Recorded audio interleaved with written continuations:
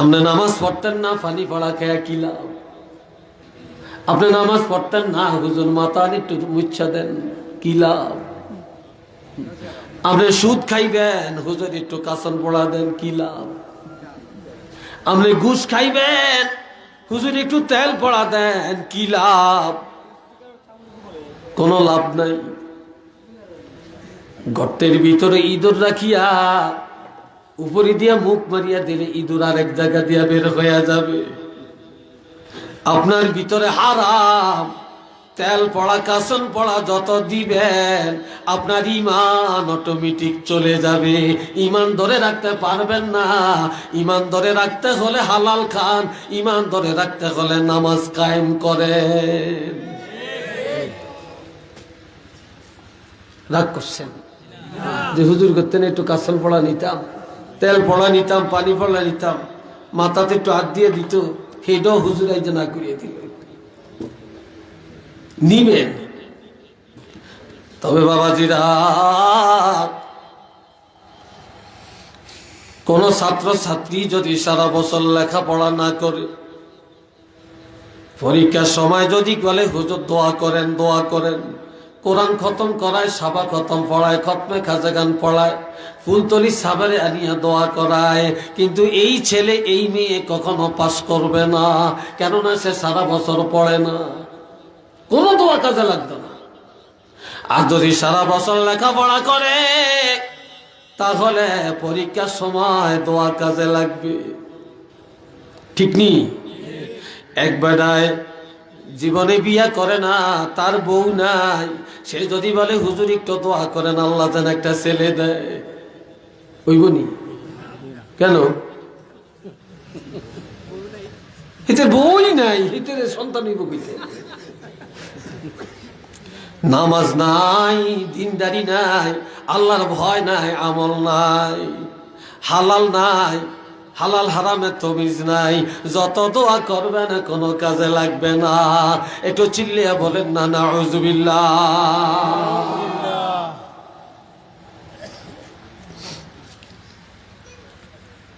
এরপরে আসেন আর একটা আয়াতে যাই।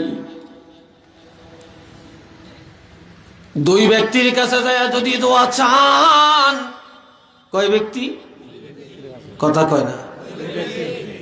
দুই ব্যক্তির কাছে পায়ে হেঁটে হেঁটে যায় যদি দোয়া চান, আর ওই দুইটা লোক যদি আপনার জন্য দোয়া করে, সাথে সাথে কবুল হবে।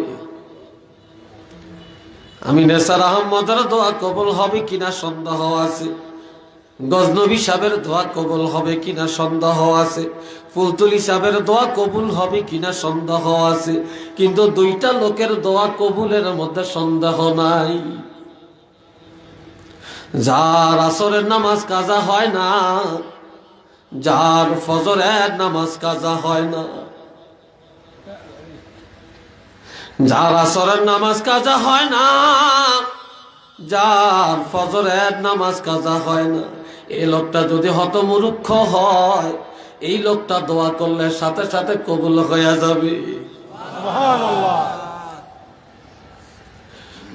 আজ এই লোকটা হজ করে বাড়িতে আসছে, এখনো 40 দিন পুরা হয় না।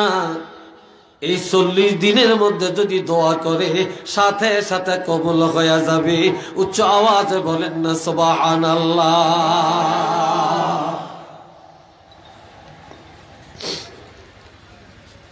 আমার আল্লাহ বলেন সূরা বনী ইসরাঈলের মধ্যে, সেটাকে বেশি সিমেন্ট সেক্লিন হয়ে গেছে। আল্লাহ আকিমিস সালাতা লিদুলুকিশ শামসি ইলা গাসাকিল লাইলি ওয়া কুরআনাল ফাজর ইন্না কুরআনাল ফাজর। আমার আল্লাহ বলেন বান্দা ইলা গাসাকিল লাইল, রাতের কঠিন অন্ধকার আসা পর্যন্ত নামাজ কায়েম করো, অর্থাৎ মাগরিব আর এশার নামাজ। ওয়া কুরআনাল ফাজর, যখন ফজরের সময় হয়, সুবহে সাদেক হয়, মুয়াজ্জিন আযান দেয়, ঘুম থেকে জাগো, ওযু করো, প্রয়োজনে গোসল করো, পাক পবিত্র হও, ফজরের নামাজে দাঁড়াও, ফজরের কেরাত শুনো। ইমাম সাহেব ফজরের কেরাত একটু লম্বা কেরাত পড়ে, ইমামের পিছনে দাঁড়ায়া দাঁড়ায়া এই লম্বা কেরাত শুনো। ইন্না কুরআনাল ফাজরি ইন্না কুরআনাল ফাজরি কানা মাশহুদা। তোমরা যখন ফজরের নামাজের মধ্যে দাঁড়িয়ে যাইবা, আমি আল্লাহর লক্ষ লক্ষ রহমতের ফেরেশতারা তোমাদের নামাজের সাক্ষী হয়ে যাবে।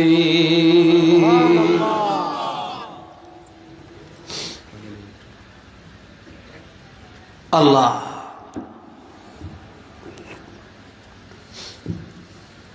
কিয়ামতের ময়দানে কোন ইমানদার গুনার কারণে যদি ফেরেশতারা জাহান্নামের দিকে ধাক্কায়, আর একদলে ফেরেশতা এসে দাঁড়াবে সামনে, কোথায় নিয়ে যাও? কয় জাহান্নামে। কেন? কয় গুনার কারণে। বলে রাখো, এই লোকটা যতই গুনাহ করেছে, তবে আমরা ফেরেশতারা সাক্ষী দিতে পারি এই লোকটা 5 ওয়াক্ত নামাজ পড়ছে, এই লোকটা আসরের নামাজ আদায় করছে, এই লোকটা ইমামের পিছনে দাঁড়াইয়া দাঁড়াইয়া ফজরের নামাজ পড়ছে। তখন আমার আল্লাহ ডাক দিয়া বলবে, ফেরেশতারা রে, জাহান্নামের দিকে আর ধাক্কায়ও না। আমার যেই বান্দার নামাজের সাক্ষী ফেরেশতারা দিল, আমি আল্লাহ এই জাহান্নামের রাস্তায় তাদেরকে মাফ করে দিলাম, তাদেরকে মাফ করে দিলাম। এই হাদিস, এই আয়াতের ব্যাখ্যা আমার নবী করেছেন। قال رسول الله صلى الله عليه وسلم يتعاقبون فيكم ملائكة بالليل وملائكة بالنهار ويجتمعون في صلاة الفجر وصلاة العصر। খুব খেয়াল করেন, দিনের বেলা একদল ফেরেশতা জমিনে আসে, আর একদল ফেরেশতা রাত্রি বেলায় জমিনে আসে।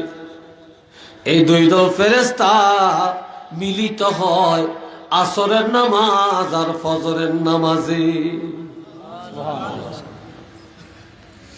এক দলে যায় আর এক দলে আসে, এই আসা যাওয়ার মধ্যে দেখা হয়। তখন আমার আল্লাহ জিজ্ঞাসা করে, ফেরেশতারা, জমিন থেকে আসছো, আমার বান্দা বান্দি কি করে? আল্লাহ তো জানে। তারপরে বলে, আমার বান্দাগুলি কি করে? ফেরেশতারা বলে, আল্লাহ জমিনে যায়া তোমার অমুক অমুক অমুক অমুক বান্দাকে আসরে পাইছি, আসার টাইমে ফজরের নামাজে রেখে আসছি। আর এক দলে বলবে, আল্লাহ জমিনে যায় ফজরের নামাজে পেয়েছি, আসার টাইমে আসরের নামাজে রেখে আসছি। তখন আমার আল্লাহ বলবেন, আমি জানি তোমরা যে কথাটা বলবা, তবে তোমরা যায়া জমিনে নামাজে পাইছো, আসার টাইমেও তাদেরকে নামাজে রেখে আসছো, আমি আল্লাহ তাদের জীবনের গুনাহ মাফ করে দিলাম। শুধু মাফ করলাম না, আমার গোলাম হিসাবে তাদেরকে গ্রহণ করলাম। শুধু তাই না, আমি আমার জান্নাতের জন্য কবুল করে নিলাম।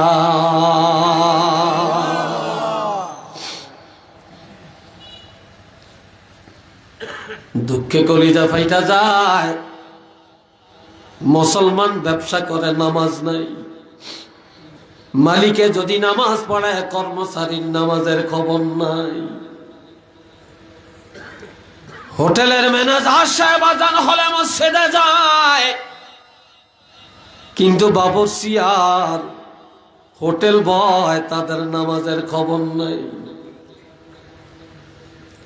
গার্মেন্টসের মালিক নামাজে যায়, গার্মেন্টসের কর্মচারী গো নামাজের ব্যবস্থা নাই। মহাজনে নামাজ পড়ে, কর্মচারীর নামাজের খবর নাই। বিয়া খাইতে যায় সেন্টারের মধ্যে, কনেরও নামাজ নাই, বরেরও নামাজ নাই, বর যাত্রীগো নামাজ নাই, কনে যাত্রীগো নামাজ নাই। বর্তমান যুগে বিয়ার দাওয়াত পাইলে মহিলারা যেন সিন্নি পায়, পুরুষের চাইতে মহিলারা বেশি যায়। মহিলাগো নামাজ নাই, পুরুষেরও নামাজ নাই। নির্বাচন আসলে কেমনে একটা ভোট কালেকশন করবে পাগল হয়ে যায়। চেয়ারম্যান সাহেবেরও নামাজ নাই, মেম্বার সাহেবেরও নাই, ভোটার এগো নামাজ নাই। মিছিলে বাইর করে, দলে দলে মিছিল নেয়, কিন্তু মিছিলওয়ালারা কোন মসজিদে নামাজ পড়ছে খবর নাই।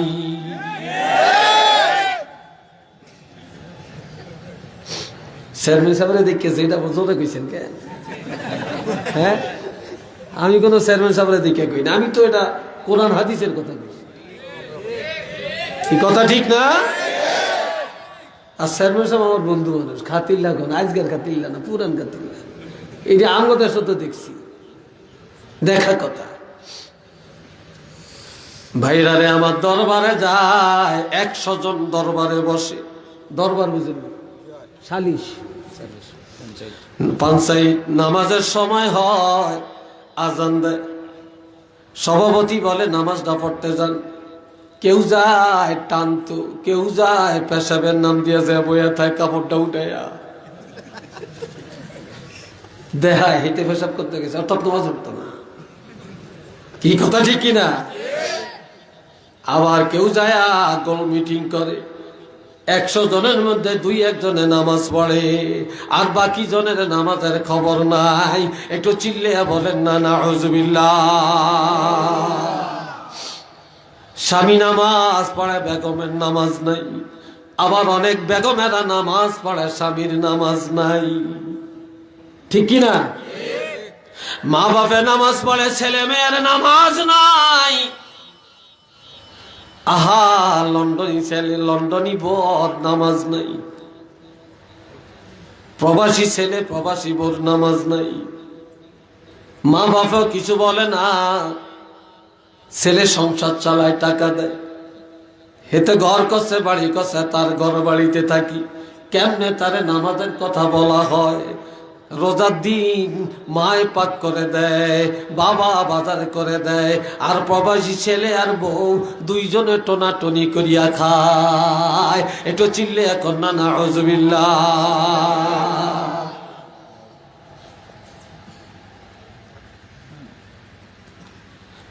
কষ্ট হয় মনে, আমার কথা বিরক্ত লাগতেছে মনে হয়। এ বাবাজি না রে আমার আল্লাহ বলেন ওয়ায়াকিমুনাস সালাহ। ইমানদারের পরিচয় হলো ইমানদারেরা নামাজ কায়েম করে। কি কায়েম করে? চিল্লে এখন নামাজ কায়েম করে। আহারে, সিলেট বাজারও যাবে, সাতপুরের থেকে গাড়ি ভাড়া করে আসছে, কক্সবাজার সমুদ্র সৈকত দেখতে যায় যুবকেরা, গাড়ি ভাড়া করে যায়, নামাজ নাই। মাজার জিয়ারত করতে যায়, হযরত শাহজালাল রহমাতুল্লাহ আলাইহির কাছে গেলে জান্নাত পায়া যাইব। সারা অলির দরবারে যাবেন, অলির মাজারে জিয়ারত করবেন, এটা জায়েজ।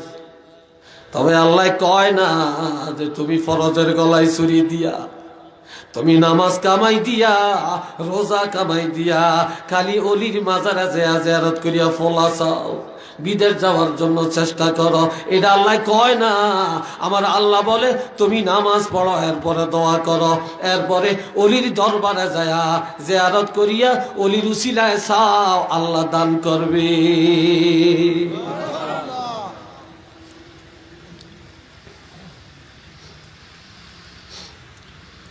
আবার অনেকে কয় বাবাই বেহেশত লিয়া যাইব, নামাজ লাগতো না। কথা ঠিক কিনা? হ্যাঁ, আসেনি? লাভদি হালদি কর, জেগির বৈশা জেগির ভালো নয়, শুরু সুরের বাবাই কয়। ঠিক নি? লাভ দিয়ে হালদি জিকির কর, নামাজ লাগতো না। নাইচা নাইচা ঢোল বাজিয়া জিকির করো। আর বাবার দরবারে যাও, বাবারে হাদিয়া দাও, জান্নাতে যাইবা। নাউজুবিল্লাহ বলেন, এর চাইতে বড় ভণ্ডামি দুনিয়াতে আর আছে কিনা বলেন? কেন আছে? এই জন্য ইমানদারের ইমানের পরিচয় হলো নামাজ। মুসলমান যুবকের পরিচয় হলো নামাজ। সুন্নি মুসলমানের পরিচয় হলো নামাজ। আশিকে রাসূলের পরিচয় হলো নামাজ। সুসন্তানের পরিচয় হলো নামাজ। আল্লামা সাহেব কাবলা ফুলতুলি রহমতুল্লাহ আলাইহি মুরিদের পরিচয় হলো নামাজ। সরসিনার মুরিদের পরিচয় নামাজ। জৈনপুরের মুরিদের পরিচয় নামাজ। একটু চিল্লে বলেন না মারহাবা। ঠিক নেই? ঠিক নেই? ইয়া আইয়ুহাল্লাযীনা আমানুস্তাঈনু বিস-সাবরি ওয়াস-সালাহ। আমার আল্লাহ বলেন, ঈমানদারেরা ধৈর্যের সাথে নামাজ আদায় করো। নামাজ আর ধৈর্যের মাধ্যমে সাহায্য কামনা করো। অর্থাৎ ধৈর্যের সাথে যখন নামাজ পড়বা, আর আমি আল্লাহর কাছে হাত পাতিয়া চাওয়া লাগবে না। তোমরা যখন নামাজের মতো নামাজ পড়বা, তোমাদের জন্য আমার রহমতের দরজা, আমার সাহায্যের দরজা খুলে দেওয়া হবে। আমার সাহায্য চলে আসবে। আর এক হাদিসে আছে, যারা নামাজ পড়বে তাদের রিজিকের ফয়সালা আকাশ থেকে হবে। রিজিকের ফয়সালা ডান দিক থেকে হবে, বাম দিক থেকে হবে, সামনের দিক থেকে হবে, পায়ের নিচ থেকে তাদের রিজিকের ফয়সালা হয়ে যাবে। সুবহানাল্লাহ।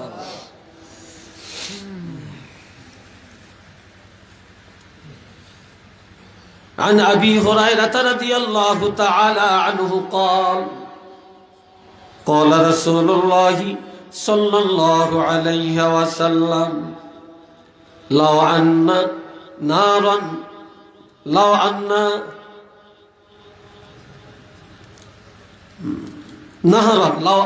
نهرا بباب أحدكم يغتسل فيه كل يوم خمسا।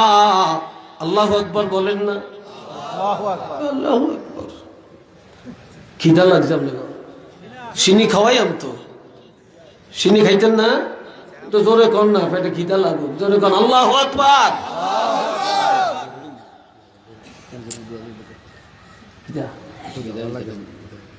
আচ্ছা, এই ভাইরা রে আমার, নবী বলেন, সাহাবীরা, আপনাকে কষ্ট হয়?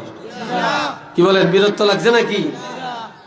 হ্যাঁ, আরো দু চারটা কথা বলি আমি। কি কোন? রাজি আছেন? মাশাআল্লাহ। দুই জায়গায় আমি টাইম সেটিং করে কথা কই না। তাজপুর হাফিজিয়া মাদ্রাসায়, কাজী রফিক আহমদ শাহ হুজুরের মাদ্রাসায়, আর আপনাকে শানে গাউসিয়ার মাহফিলে। এই মাহফিল আমার দিয়ে শুরু হয়েছে, এটা মনে আছে নি আপনাদের? না মিশা কথা? এখানেও আমি গড়ি চাইয়া কথা কই না। লাউ আন্না নাহরান বিবাবে আহাদিকুম, নবী বলেন, উম্মতেরা রে, তোমাদের কারো ঘরের দরজায় যদি একটা নদী থাকে। কি থাকে? ইয়াগতাসিলু ফিহি কুল্লা ইয়াউমিন খামসা। আর সে যদি দৈনিক 5 বার ওই নদীর মধ্যে গোসল করে, হাল ইয়াবকা মিন দারানিহি শাইউন, তার শরীরের মধ্যে কোনো ময়লা থাকবে কিনা? ক্বালু লা ইয়াবকা মিন দারানিহি শাইউন। সাহাবী বলে, ইয়া রাসূলুল্লাহ, যে 5 বার গোসল করবে তার শরীরের মধ্যে কোনো ময়লা থাকবে না। তখন আল্লাহর হাবিব বলেন, মাসালুস সালাওয়াতিল খামস ইয়ামহুল্লাহু বিহিন্নাল খাতায়া। এটাই হলো 5 ওয়াক্ত নামাজের দৃষ্টান্ত। যে ব্যক্তি 5 বার 5 ওয়াক্ত নামাজ আদায় করল, সে যেন আল্লাহর রহমতের সাগরের মধ্যে গোসল করিয়া নিল। তার শরীরে তার আমলে গুনার কোনো ময়লা থাকবে না। কথা বুঝে আসছে? এই সাউন্ড বক্সটা একটু আমার দিকে ঘুরিয়ে দেন, ওইটা এই বড়টা, আমার একটু শক্তি লাগতেছে। এটা না, ওইটা এগুলো লোক নাই আপনাকে, এরা কোথায় বলেন নাই? এই বাস ঠিক আছে, থাও আপনাকে কষ্ট হইব নাকি? বন্ধুরা আমার খেয়াল করেন, আর এক হাদিসে আছে قال رسول الله صلى الله عليه وسلم خمس صلوات افترضهن الله تعالى